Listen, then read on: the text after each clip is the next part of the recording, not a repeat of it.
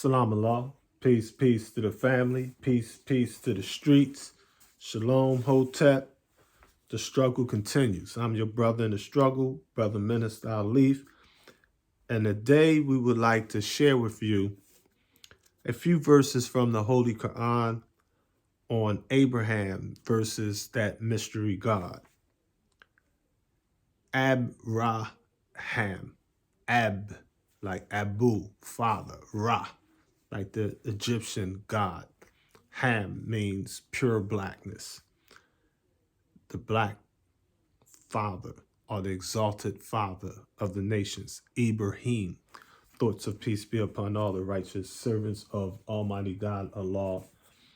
There's no spooks, there's no spirits.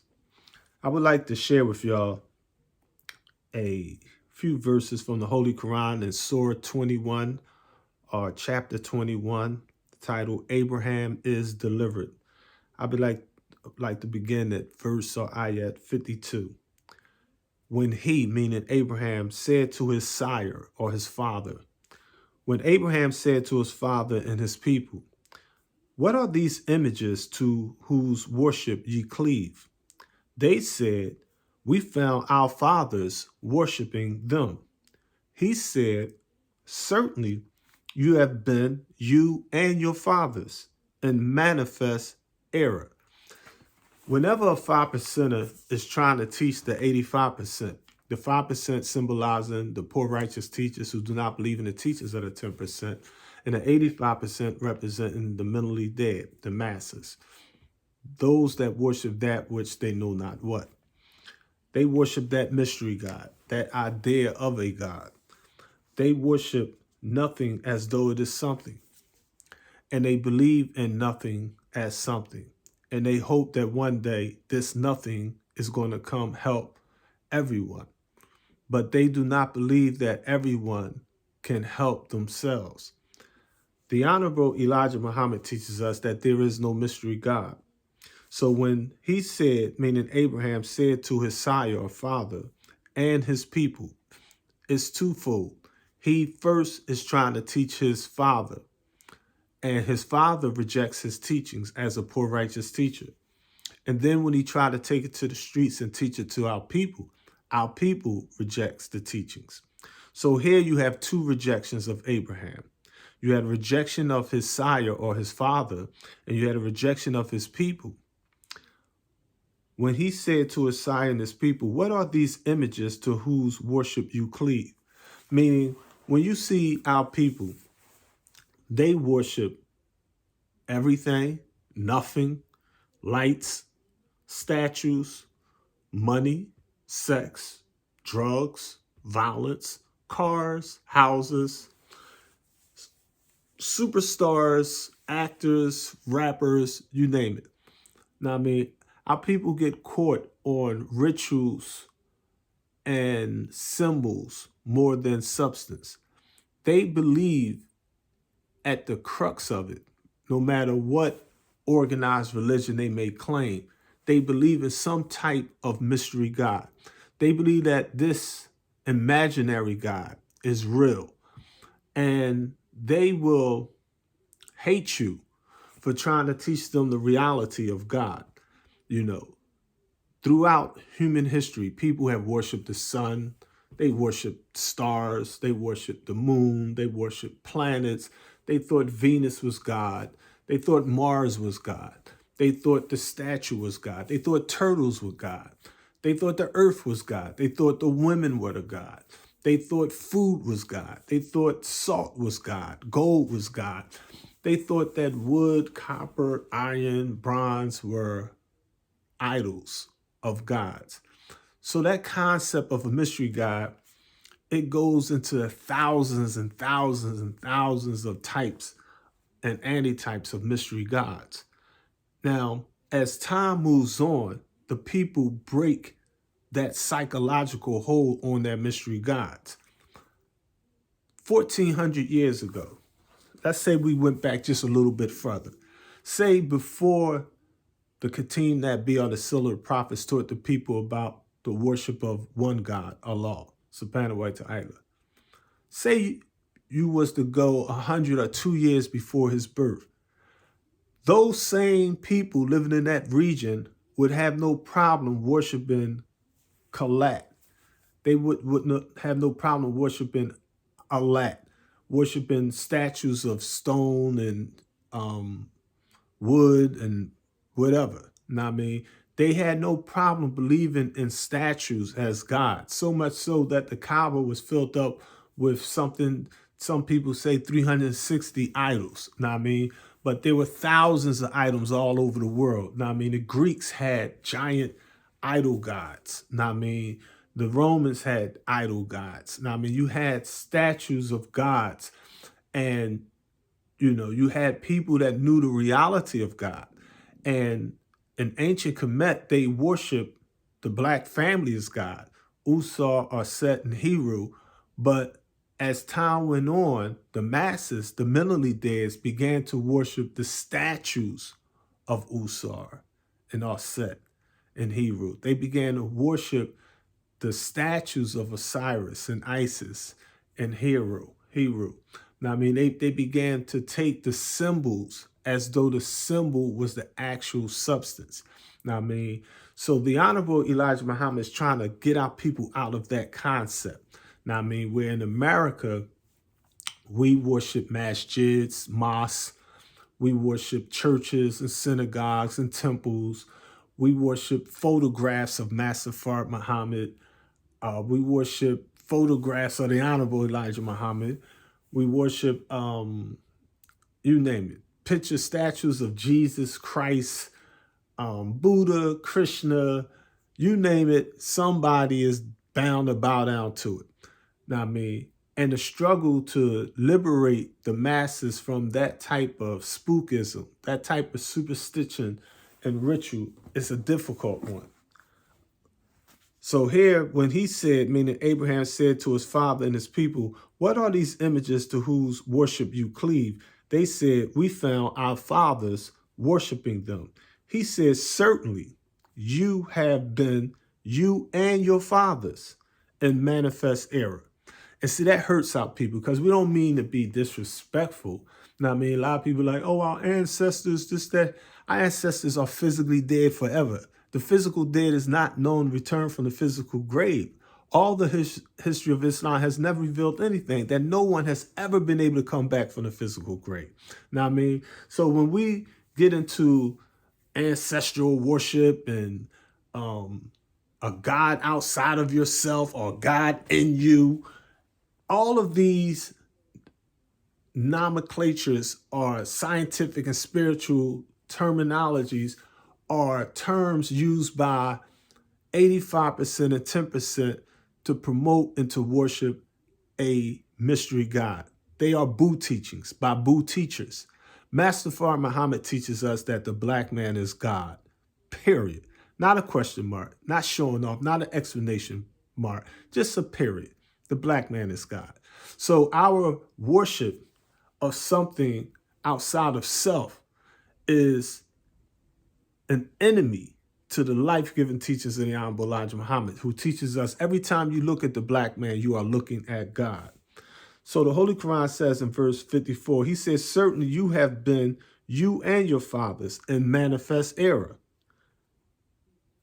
They said, hast thou brought us the truth, or art thou of the justice? He said, nay, your Lord is the Lord of the heavens and the earth, who created them, and I am of those who bear witness to this. And by Allah, I will certainly plan against your idols after you go away, turning your backs. So he broke them into pieces, except the chief of them, that haply they might return to it. They said, who has done this to our gods? Verse 59, they said, who has done this to our gods? Surely he is one of the unjust. See, they consider the desecration of their idol when you take and start teaching the reality of Allah. The Holy Quran teaches us in Surah 22, Ayah 6, Allahu ana al-haq. The God is nothing but reality. So if you're talking about reality, cool. Now, when you describe God as a reality. You may describe God as energy. Some people describe him as alcoholic or the creator of all creation. And we simply say the mind of the black man, just to keep it simple. Now, I mean, not to separate the mind from the man. Now, I mean, not to make it spooky. Now, I mean, just to, it's like, it's like, yeah, I mean, we believe in the seen and the unseen, but we don't believe in the seen and the superstitious. We don't believe in seen and luck. We don't believe in the seen and spookism. Now, I mean, it's real natural when it comes, it's real simple and plain when it comes to the reality of God. Now, I mean, we don't believe in worshiping that which is limited. We believe in worshiping that which is unlimited. The Honorable Elijah Muhammad teaches us that, the mind of man is infinite, capable of accomplishing anything that the brain can conceive. But the spirit is subjected to us. We're not subjected to the spirit. You don't take and have steam coming out of your kettle unless you pour some water into that kettle and it vibrates at a certain level. Likewise, you don't have wisdom coming out your brain unless you put some knowledge inside of your brain, unless you have some form of experience. So here, Abraham, so he broke them into pieces, except the chief of them, that haply they might return to it. They said, who has done this to our gods? Surely he is one of the unjust. They said, we heard a youth who is called Abraham. Now, Abraham here is just a youth or a young boy. They said, we heard a youth who is called Abraham speak of them.